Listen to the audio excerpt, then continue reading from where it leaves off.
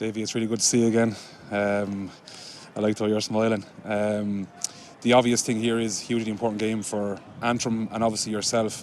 Is there anything over the last 4 games that you've kind of reflected on now that they're finished that you really need to target in this relegation playoff?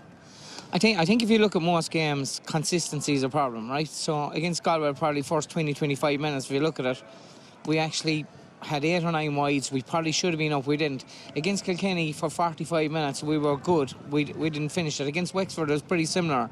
So, like, in 3 to 4 games, I probably felt that we played well for maybe 30-40 minutes, and we're not putting the whole thing together for the 70.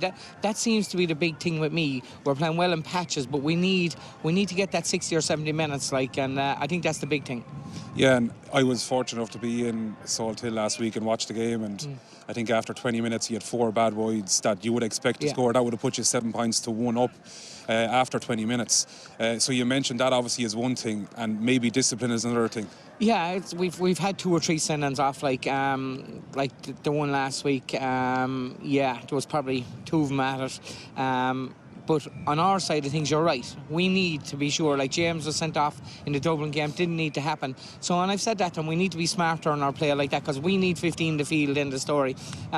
There's been some, like, we've taken beatings and all, but there's actually been some good passages of play in it, right? And we know that. We've just got to fight and put this together for 70 minutes. Like, Offaly, being told, have improved a lot in the last year. In my view, their work rate is way up. The way they're trying to play, they're getting a lot of fellas back behind the ball. They're coming out with it.